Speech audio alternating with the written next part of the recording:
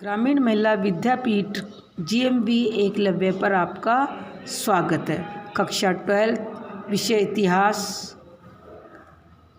पाठ 2 उसके गुप्त काल के बारे में हम अध्ययन करेंगे। तो गुप्त काल के राजाओं के बारे में तो हम पहले पिछली वीडियो में बता चुके हैं। अब हम कला साहित्य और विज्ञान के विकास का अध्ययन करेंगे, जिसके कारण गुप्त काल को प्राचीन भारतीय इतिहास का स्वर्णकाल कहते हैं। तो प्राचीन काल में गुप्त काल में ही वास्तुकला का, स्थापत्य, मूर्तिकला, चित्रकला, विज्ञान आदि क्षेत्रों में विकास चरम सीमा में हुआ। यानी प्राचीन काल के इतिहास में गुप्त काल को देखें तो उस काल में वास्तुकला का, स्थापत्य का, मूर्तिकला, चित्रकला, विज्ञान सभी क्षेत्रों में विकास चरम बिंदु पे पहुंचा। इस युग की कला में भारतीयकरण, सौंदर्य अभिव्यक्ति, भाव चित्रण एवं आध्यात्मिकता का अंकन उल्लेखनीय है। इस युग की जो कला है उसमें पूर्ण कला का पूरा भारतीयकरण हुआ, सौंदर्य अभिव्यक्ति का अंग हुआ, भाव चित्रण स्पष्ट रूप से देखने को मिलता है। उसके साहित्य में, कला में, इनमें आध्यात्मिकता का भी पूर्ण रूप से विकास मिलता है। तो ये सब चीज़ उल्लेखनीय है किस काल में? गुप्त काल में। तो सबसे पहले हम अध्ययन करेंगे वास्तुकला का। तो वास्तुकला में आते हैं मंदिर, बौद्ध विहार, गुहा, मंदिर। तो मंदिर में वास्तु के विकास के साथ साथ इसके शास्त्रीय नियम भी बनाए गए। यानी गुप्त काल में जो मंदिर बनाए गए वो मंदिर किस नियमों से बनाए जाते थे? शास्त्रीय नियमों के अनुसार। जैसे आजकल वास्तु के हिसाब से बनते हैं, वैसे प्राचीन काल में भी शास्त्रीय नियम के अनुसार मंदिर बनाए गए। और गुप्तकालीन जो मंदिर थे उनकी शैली कौन सी थी? नागर शैली। दो चीज़ विशेष महत्वपूर्ण है, एक तो शास्त्रीय नियमों का पालन और दूसरा नागर शैली। फिर आती इनकी विशेषता, आधार पीठिका, गर्भगृह, सभा मंडप, शिखर, अंतराल, प्रदक्षिणा पथ, द्वार पर गंगा यमुना की मूर्तियाँ होती थी। और यहाँ के जो मंदिर बनते थे उस समय के वो ईंटों पत्थरों से बनाए जाते थे।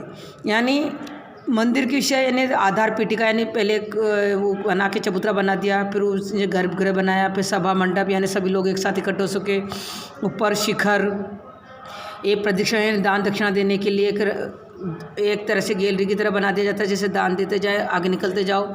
एक द्वार पर यानी जो मुख्य द्वार होता था वहाँ पर गंगा यमुना की मूर्तियाँ बनाई जाती थी गुप्त काल में। और गुप्त काल के जो मंदिर थे वो ईंटों से पत्थरों से बनाए जाते थे। तो अब इसमें मंदिर में क्या क्या हुआ?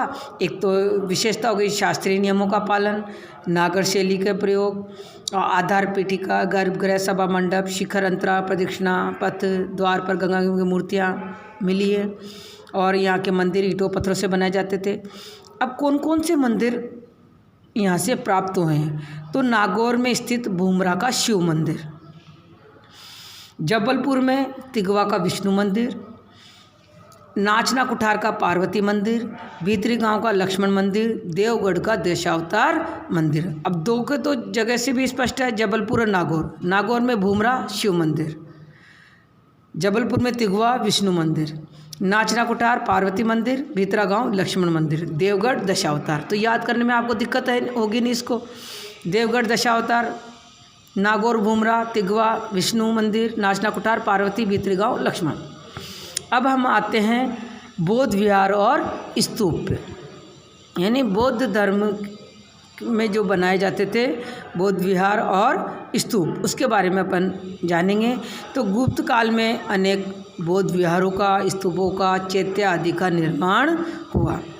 फिर तीसरा पॉइंट है अपने गुहा मंदिर। तो गुप्तकालीन गुहा मंदिरों में कौन सा प्रसिद्ध है? उदयगिरी का गुहा मंदिर, यानी गुफाओं में जो मंदिर बनाए जाते हैं उसका गुहा मंदिर। तो सब प्रसिद्ध कौन सा है? उदयगिरी का गुहा मंदिर। अजंता व बाघ के गुहा मंदिर उल्लेखनीय है, यानी प्रसिद्ध है। तो गुहा मंदिर कौन कौन से? उदयगिरी का गुहा मंदिर, अजंता और बाघ के गुहा मंदिर। तो मंदिर अपने वास्तुकला के 3 पॉइंट क्लियर हुए, मंदिर, बौद्ध विहार, स्तूप और गुहा मंदिर। अब हम आते हैं मूर्तिकला पे। गुप्त काल में मूर्ति कला का अत्यधिक विकास हुआ। अब मंदिर जहाँ हमने पढ़े, मंदिर में भी क्या होती है, मूर्तियाँ होती है, पर साथ में उसकी बिल्डिंग भी होती है। तो अब हम केवल अध्ययन करेंगे मूर्ति कला का। तो मूर्ति कला का बहुत ज़्यादा विकास हुआ। इस काल की मूर्तियाँ अपनी मौलिकता और सजीवता के लिए प्रसिद्ध, यानी मूर्तियों को देख के ऐसे लगता है कि बिल्कुल सजीव हो, जैसे बिल्कुल भाव भंगिमा वगैरह सब ऐसे के समान सारे पूरे भाव दिए गए थे उसमें।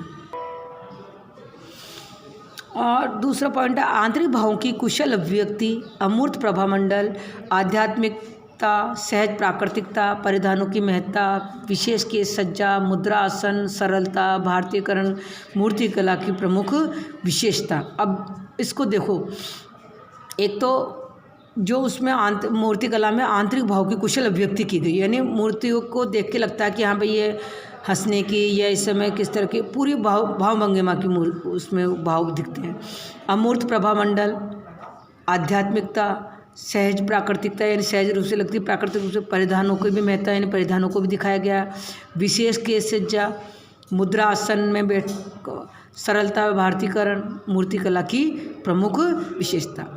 प्रतिमा निर्माण, वही जैसे अपन ने उसमें देखा मंदिर में, प्रतिमा निर्माण में भी शास्त्रीय नियमों के अनुसार होता था, जो शास्त्र में बताया गया उसी के अनुसार प्रतिमाओं को बनाया जाता था। मूर्तियाँ धातु की, पत्थर की, मिट्टी की बनाई जाती है। यानी गुप्तकालीन जो मूर्तियाँ प्राप्त हुई है, कहीं से धातु की, कहीं से पत्थर की और मिट्टी की, तीनों तरह की मूर्तियाँ प्राप्त हुई है। अब उदाहरण, सुल्तानगंज की बुद्ध की मूर्ति जो काफ़ी बड़ी है, सारनाथ की बुद्ध की मूर्ति, मथुरा से बुद्ध और विष्णु की और महावीर की मूर्ति, देवगढ़ से विष्णु की मूर्ति, एरण व उदयगिर की वराह की मूर्तियाँ उत्कृष्ट मूर्ति कला के उदाहरण हैं। देखो अब अधिकतर तो बुद्ध की मूर्ति है, सुल्तानगंज, सारनाथ, मथुरा से विष्णु की, महावीर की भी है। तो सारनाथ और सुल्तानगंज तो दोनों एक साथ याद हो जाएंगे आपको, बुद्ध की मूर्ति। मथुरा से बुद्ध और विष्णु और महावीर की मूर्ति, देवगढ़ से विष्णु की और एरण और उदयगिर से वराह की।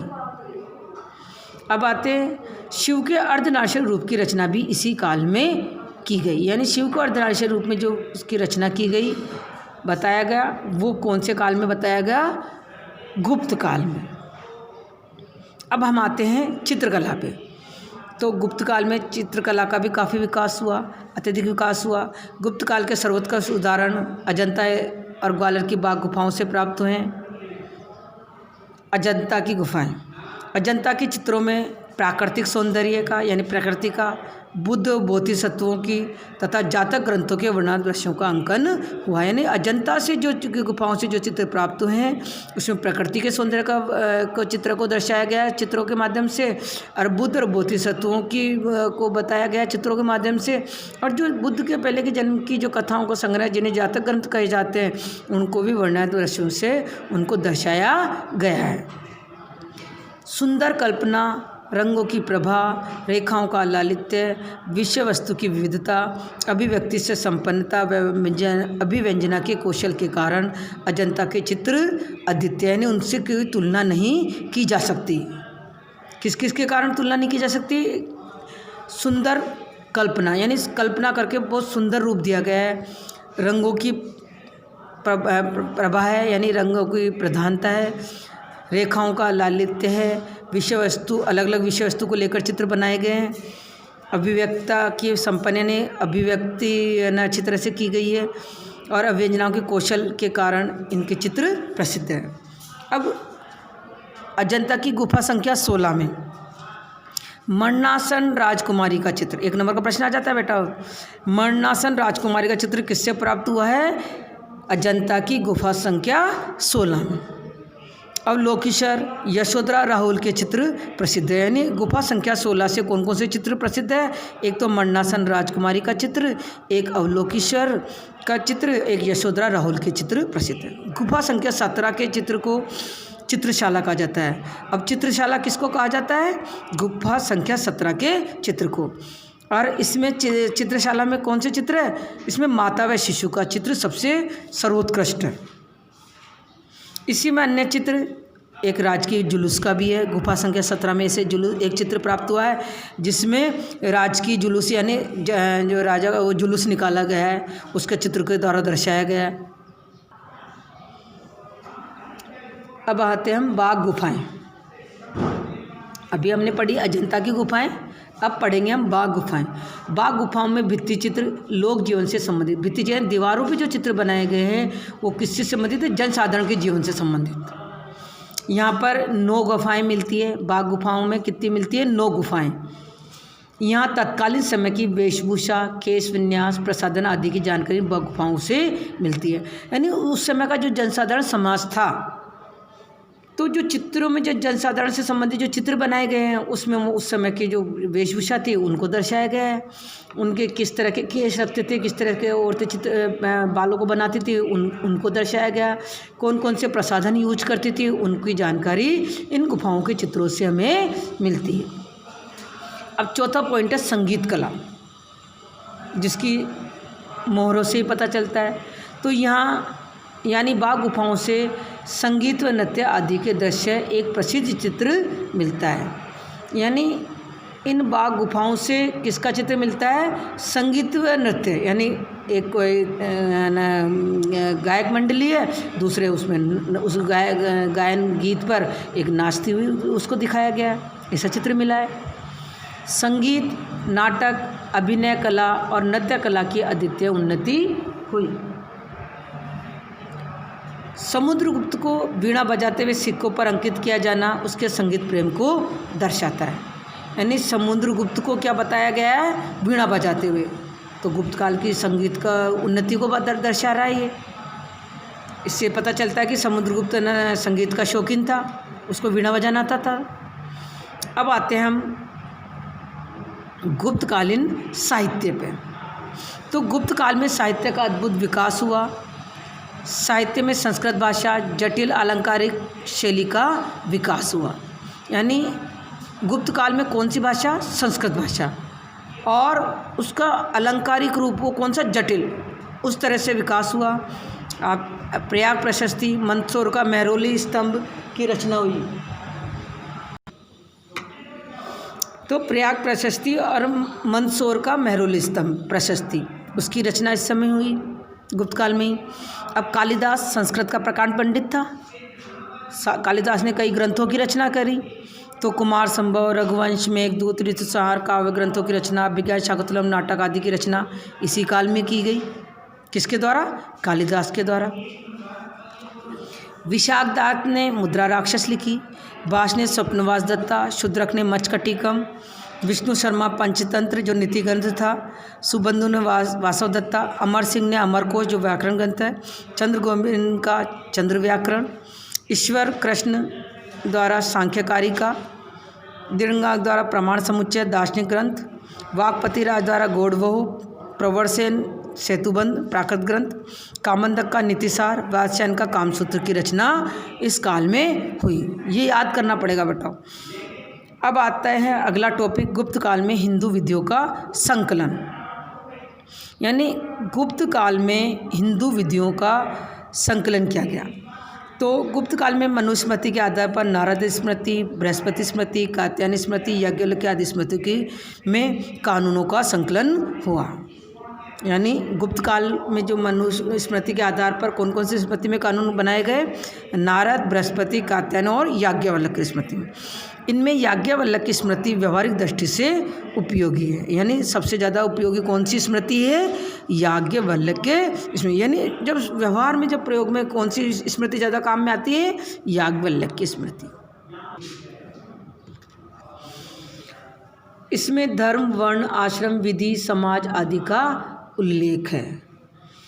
नारद स्मृति में व्यवहार व न्यायिक विचार, नारद स्मृति में तो कौन से कानून है? व्यवहार से संबंधित, न्यायिक विचार संबंधित। बृहस्पति स्मृति में दीवानी, फौजदारी दोनों पक्षों का विवेचन किया गया है। यानी याज्ञवल्क्य की स्मृति में व्यवहारिक जीवन से संबंधित, नारद स्मृति में व्यवहार और न्यायिक विचार संबंधी, बृहस्पति स्मृति में दीवानी, फौजदारी दोनों पक्षों का विवेचन, यानी इससे संबंधित का। कात्यायनी स्मृति कानून के 4 अंग, धर्म, व्यवहार, चरित्र, राजशासन बताया गया। यानी चारों स्मृतियों का वर्णन हमने कर लिया है। अब आते हैं हम विज्ञान और प्रौद्योगिकी। इसका एक अलग से बड़ा प्रश्न आ जाता है विज्ञान और प्रौद्योगिकी पे। इस काल में गणित, ज्योतिष, खगोल, रसायन, भौतिक, आयुर्वेद, शल्य चिकित्सा आदि का प्रमुख विकास हुआ। तो सबसे पहले है गणित। अब गणित के कौन हुए? आर्यभट्ट, गणित में भी पढ़ते हो तुम इसमें, जिसने शून्य का आविष्कार किया। तो आर्यभट्ट को क्या कहा गया? प्रसिद्ध गणितज्ञ। आर्यभट्ट का ग्रंथ है 10 गीतिक सूत्र व आर्याष्ट शतक ग्रंथ। आर्यभट्ट के कौन कौन से ग्रंथ हैं?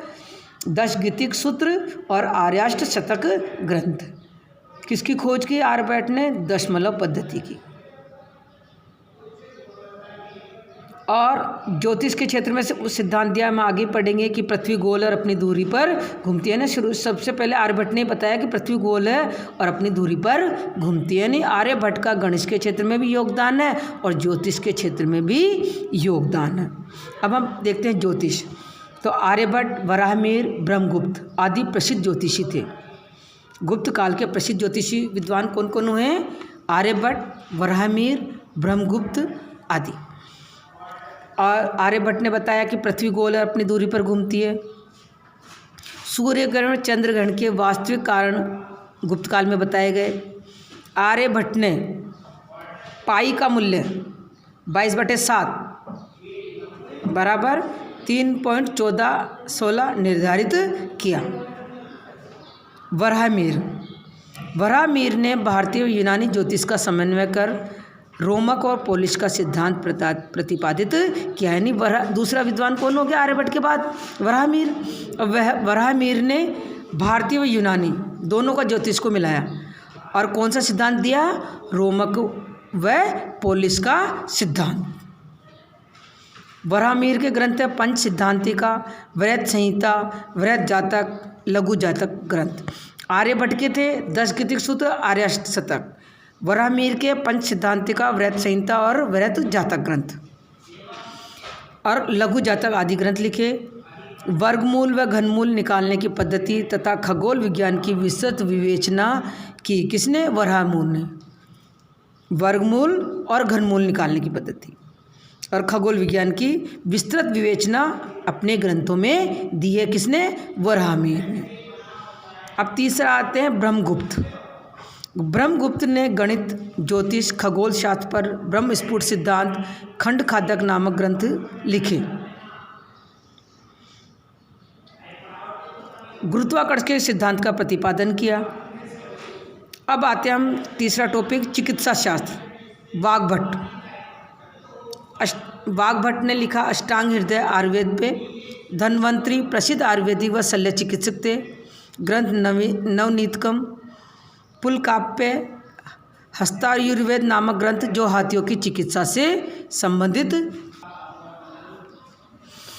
चौथा टॉपिक है रसायन शास्त्र तथा धातु विज्ञान।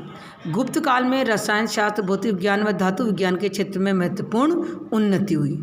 तो रसायन के क्षेत्र, धातु विज्ञान के सबसे मेन प्रसिद्ध है महरौली का लोह स्तंभ, जो उत्कृष्ट उदाहरण है, जिसका वजन 6.5 टन 24 फीट ऊंचा है। 1500 वर्षों से ये धूप वर्षा में पानी में अभी तक खड़ा है। अभी तक इसमें जंग नहीं लगी। वैज्ञानिक भी इसमें खोज में लगे हुए हैं, अभी तक भी इसका पता नहीं लगा पाए। दूसरा उदाहरण है सुल्तानगंज की बुद्ध की मूर्ति, जो 1 टन तांबे की है। कितनी बड़ी भारी है? 1 टन। नागार्जुन रसायन व धातु विज्ञान के विद्वान थे। नागार्जुन, इन्होंने पारद का आविष्कार किया। चांदी, सोना आदि खनिज पदार्थों के रासायनिक प्रयोगों से रोगों के निवारण को प्रमाणित किया। यह हो गया अपना पूरा गुप्त काल का कला, साहित्य, विज्ञान, ज्योतिष आदि के विकास के बारे में। अब अगली वीडियो में हम बाद में पढ़ेंगे।